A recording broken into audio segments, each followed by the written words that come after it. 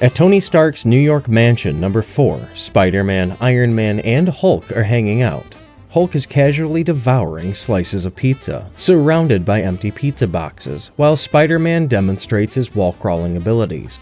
Iron Man, curious, asks if Spidey can stick to the window. Spider-Man casually replies that it's really easy and effortlessly plants himself sideways on the glass.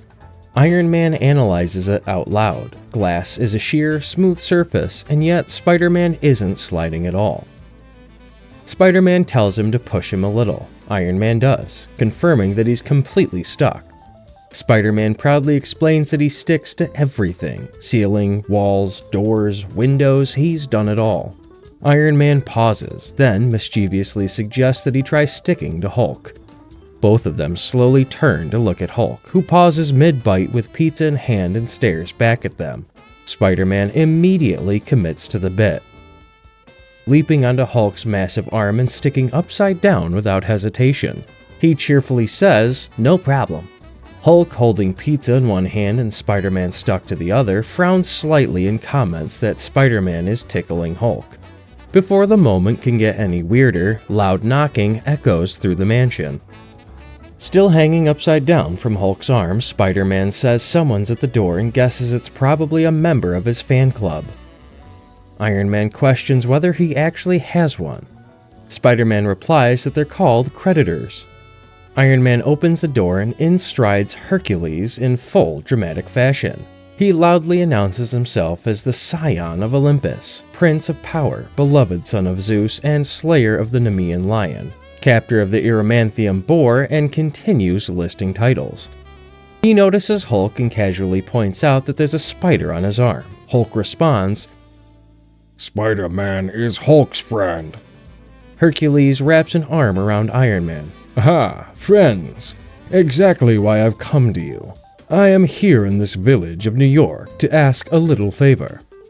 Iron Man immediately panics and tries to shut it down before hearing it. Spider-Man, now back on his feet, says he doesn't like the sound of Hercules needing help with the labor, since Hercules is supposed to be an expert at those.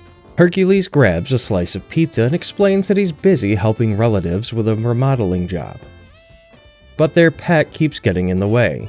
He asks if they can watch a couple of dogs for a week, maybe 10 days at most. Iron Man immediately refuses. Absolutely not. And he has a bad feeling about this and insists there's no way they're agreeing. Then Hulk places a hand on Iron Man's shoulder and simply says, "Hulk likes dogs." Hercules beams, declares it's settled, and announces the dogs are just outside. Spider-Man follows him toward the door, trying to protest that just because Hulk likes dogs doesn't mean he stops mid-sentence. His spider sense begins blaring. He looks outside and immediately reacts with dread. Man. The wall explodes inward as Cerberus and Orthus burst through, smashing into the mansion. Iron Man shouts that they're under attack. Spider-Man groans from the rubble. Iron Man yells, "Spider-Man, where are you? Are you okay?" Hercules casually lifts debris off Spider-Man and laughs at the idea of an attack, saying it's only a wall, mostly wood, and that the amazing Spider Sir is surely fine. Meanwhile, 2 massive mythological hounds are now inside the house. Hulk stares at the creatures and simply says, "Doggies." Hercules proudly introduces them, Cerberus and Orthus. He says you can tell Cerberus apart because of a spot near his shoulder. Spider-Man points out that you could also tell because Cerberus has 3 heads instead of 2. Iron Man freezes when he realizes what that means. This is Cerberus, the guardian of Hades. Hercules hands Iron Man the leash and tells him to hold tight because Cerberus is sometimes playful. He casually lists additional warnings: volcanic breath, vast strength, snake tail bites, acidic drool. Then Hercules climbs into his chariot and leaves, shouting instructions to feed them twice hourly, respect their space, and avoid playing soft rock ballads within a half-mile. Spider-Man yells for him to wait. Iron Man yells too. Hulk waves. "Have a good day." Spider-Man processes what he just heard. Twice hourly feeding. He continues. "Well, great. Now we've got 2 legendary creatures of the underworld to babysit." Iron Man tries to rationalize it. They're still dogs. Dogs are man's best friend, right? He doesn't get to finish. Orthus suddenly lunges and grabs Iron Man, sprinting off with him. Iron Man screams while Spider-Man shouts and chases after them. Spider-Man tries to correct himself mid-pursuit about whether it's bad doggy or bad doggies. He webs one head while Iron Man complains that he doesn't care about grammar. Spider-Man jokes. You would if you had my 3rd grade teacher. The things she could do with a ruler. She was the first supervillain I ever met. He then pulls and tells Iron Man to put some iron muscle into it. Iron Man struggles, shocked by how strong the dog is. Spider-Man's spider sense suddenly flares again. The second head of Orthus is about to attack him from behind. Before the second head can strike, Hulk smashes Orthus with a massive punch. Doggy, quit chewing Hulk's friend.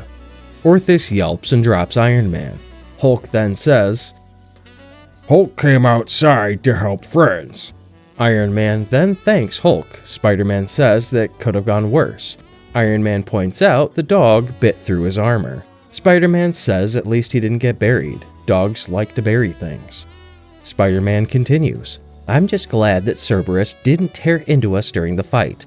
One diabolic dog's bad enough. If Cerberus would have, Hulk interrupts, other doggy is gone. Iron Man slowly processes that information. Spider-Man clutches his head. Hulk just announced the dogpocalypse. Iron Man suggests maybe Cerberus is just hiding. Spider-Man sarcastically tells him to check the bushes for a 20-foot-tall, 3-headed dog while he follows the trail of chewed-up cars. Iron Man, looking at the cars, just says, that's probably a good call. Soon, they reach a park filled with chaos as civilians flee. Iron Man notes that dogs liking parks technically makes sense. Spider-Man questions how he can be comforted by logic while chasing a mythological triple-headed beast. Hulk eyes nearby hot dogs and asks if he can get one. They find Cerberus happily chewing on a broken fountain statue. Iron Man says they need to grab the leash and suggests Hulk should try. Hulk approaches carefully, holding the hot dogs and telling the dog to be good. Suddenly, Cerberus lashes out and sends Hulk flying through the air, hot dogs scattering everywhere. Iron Man shouts for everyone to get down as Hulk sails overhead. Iron Man and Spider-Man engage Cerberus. Iron Man commands no biting this time. Spider-Man webs one head while yelling heal repeatedly. But it's a nightmare. If he webs one head, another immediately attacks, making it nearly impossible to restrain. Cerberus suddenly slams a massive paw into Spider-Man, smashing him hard into the ground. The impact cracks the pavement as Spidey groans in pain, struggling to push the enormous paw off his chest. Iron Man rushes in, grabbing one of the monster dogs' snapping heads and shouting for Hulk, yelling that Spidey's down. Beneath the crushing weight, Spider-Man wheezes that he can't breathe. Just when it looks like things are about to get worse, Hulk makes an entrance, slamming down his feet. Hulk wastes no time and drives a devastating punch straight into one of Cerberus's faces, knocking the massive beast off balance and sending it crashing to the ground. Iron Man compliments Hulk, noting he's getting pretty good at that. Spider-Man jokes that they seriously need to send this thing to obedience school.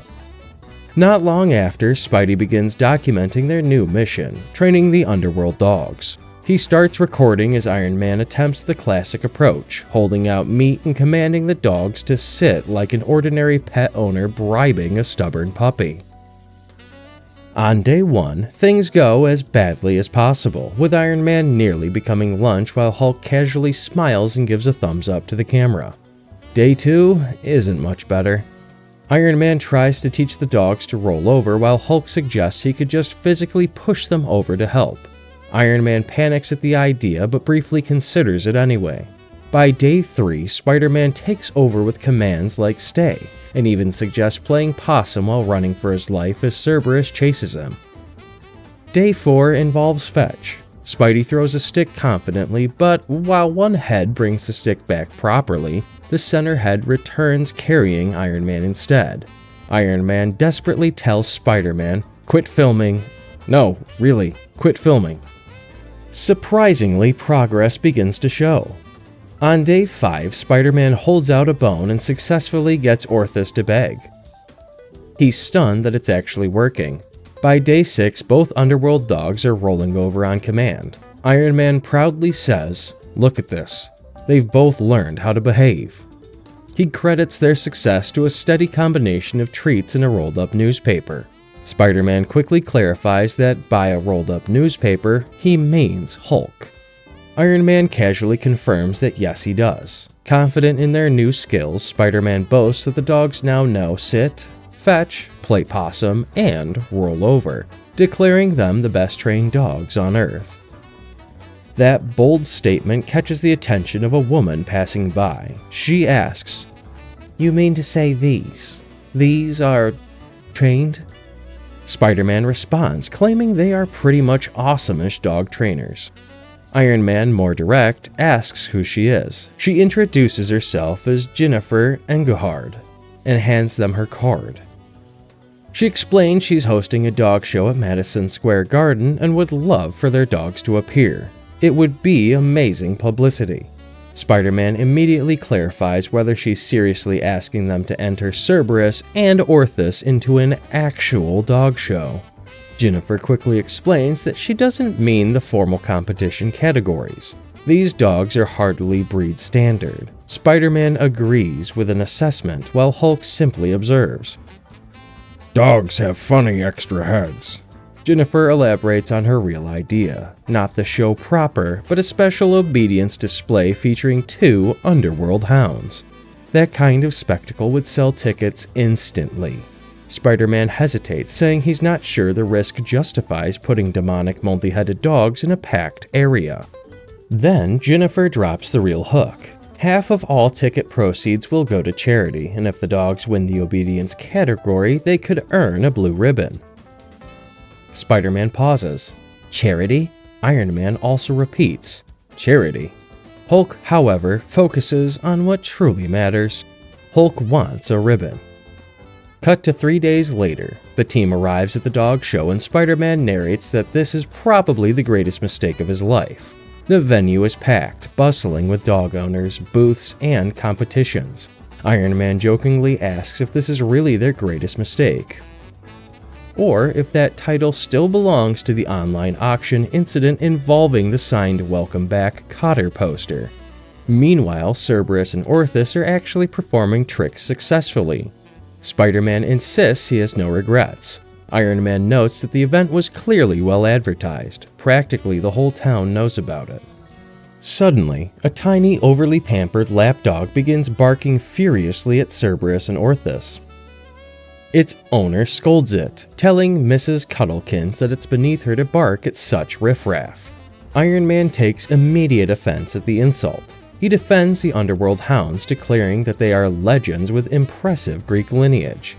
Then, without missing a beat, he informs the woman that her dog resembles a rodent. Iron Man turns his attention to another nearby dog, casually commenting on a labradoodle and admiring the crossbreed's cuteness.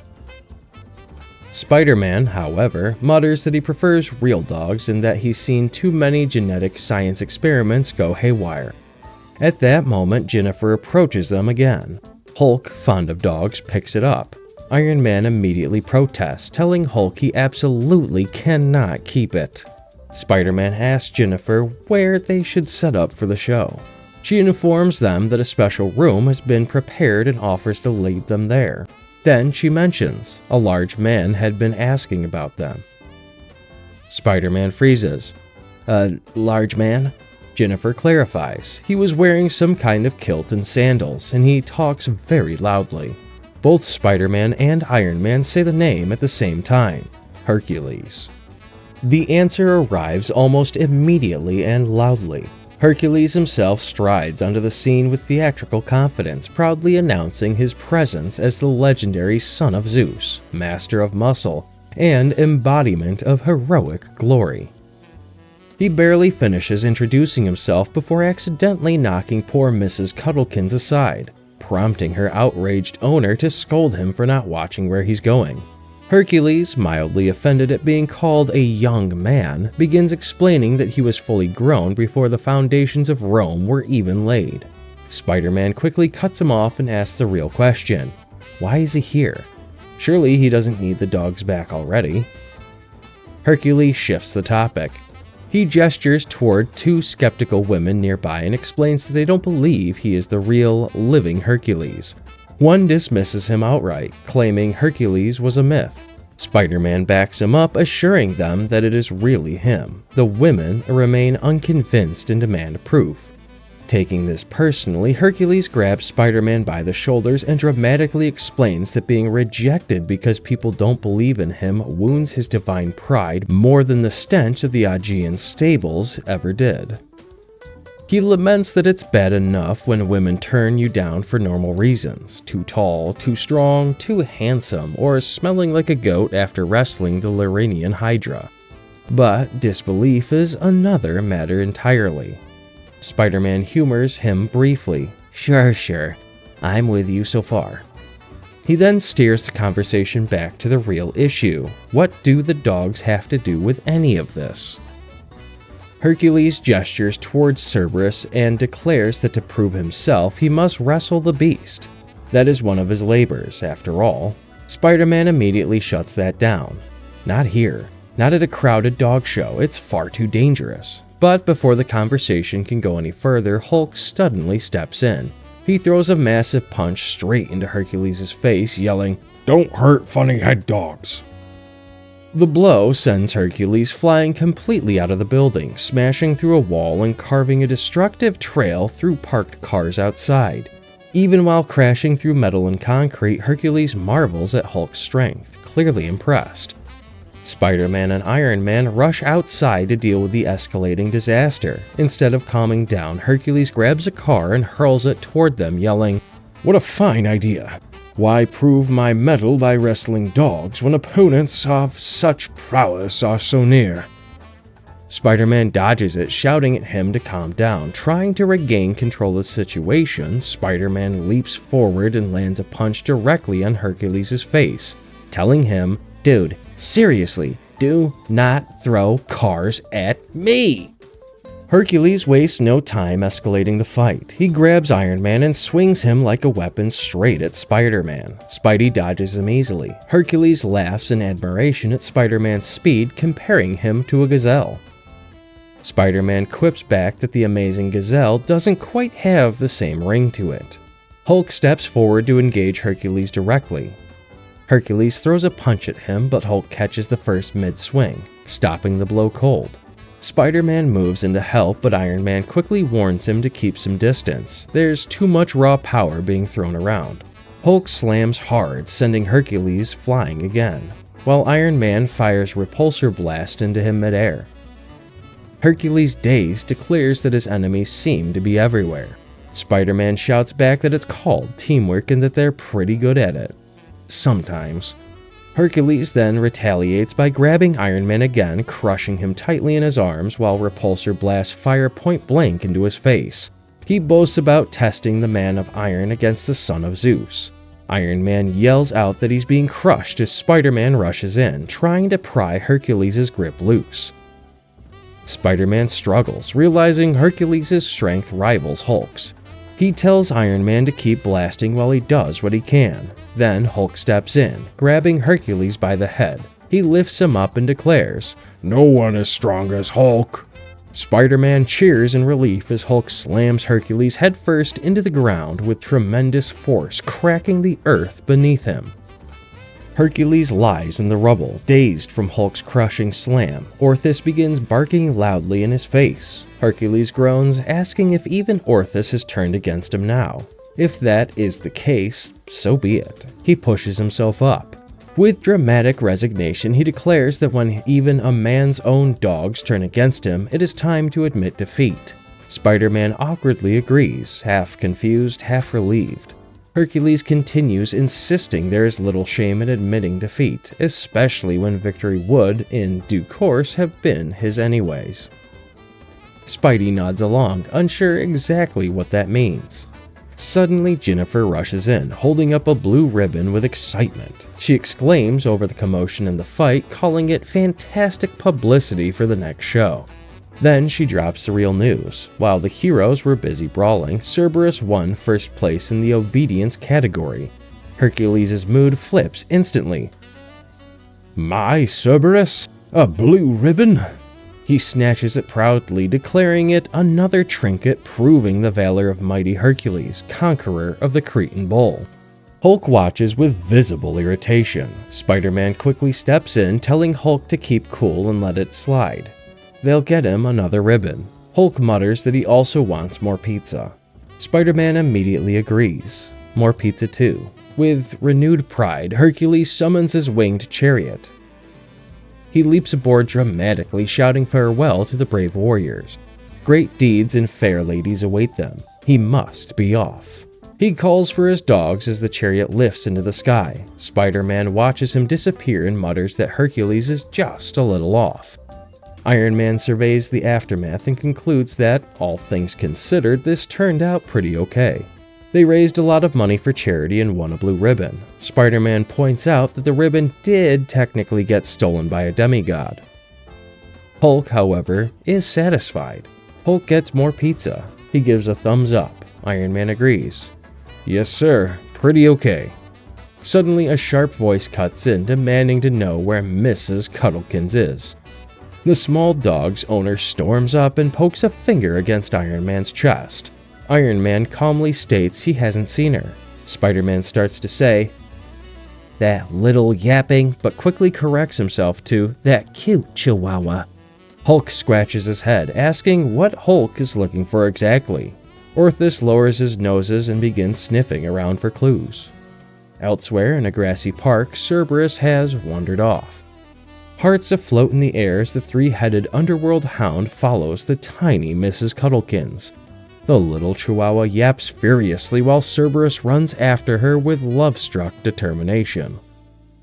Don't forget to like this video and subscribe to this channel.